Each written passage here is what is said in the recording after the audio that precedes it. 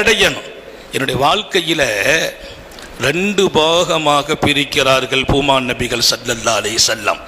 நிகாவுக்கு பின்னால் இன்னும் ஒரு பகுதி என்றார்கள். ஃபல்யத்தகில்லாஹ ஃபின் பாக்கி, பாதி வாழ்க்கை இதில் அல்லாஹ்வின் அச்சத்துடனேயே இந்த வாழ்க்கை இருக்க வேண்டும்.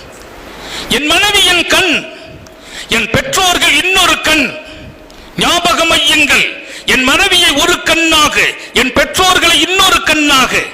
மனைவிக்காக ஏத்து பேசி பெற்றோர்களை சங்கடப்படுத்தி விடாதீர்கள்.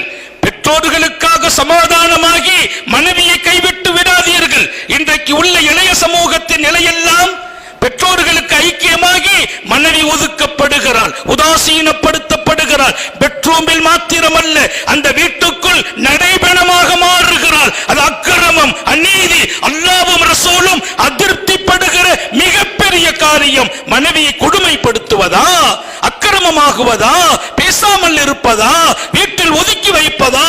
அத்தனை பேர்களும் குற்றவாளிகள், பகிரங்கமாக அறிவிக்கிறோம்.